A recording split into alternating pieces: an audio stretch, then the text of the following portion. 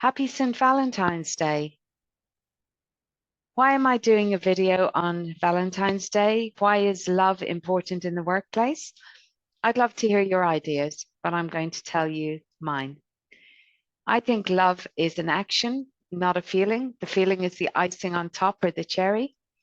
But love is how we show up and respect others and how we choose to treat others because we're honoring who they are and indeed honoring ourselves and expecting the same for others. And I'd like to mention the 5 love languages. I'm not sure if you've heard about them. I've written an article about them. So I'll put a link here so that you can read it in detail, but just mentioning what they are today. The love languages are words of affirmation, quality time, acts of service, gifts, and touch. And we all have preferences, that we have some top 1 or 2 of those that really make us feel cared for and loved.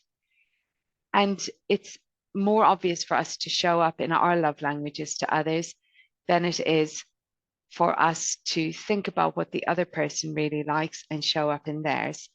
So I'll give you a short example, but you can read about it in the article.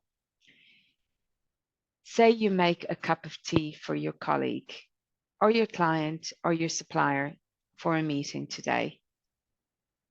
If that's your natural way of showing up, it's possible that acts of service is a love language for you. However, if a colleague would much rather you spend 3 minutes chatting to them and saying, how are you getting on? Is there anything I can help you with? Or just listening to them, then that is quality time. And that will be appreciated much more for them. Gifts might just be that cup of tea or coffee.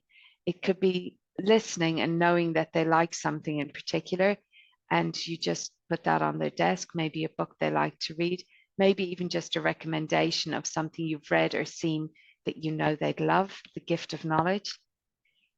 Touch is quite an interesting one, and one we have to be very careful about, because in the workplace, we need to be really careful about what people enjoy or appreciate. And some people love a hug. Some people would prefer you showed love by not touching them. But the one we can all do that I think is vitally important and is on all of our lists is words of affirmation, which is appreciating people. So notice what they're doing well and mention it to them.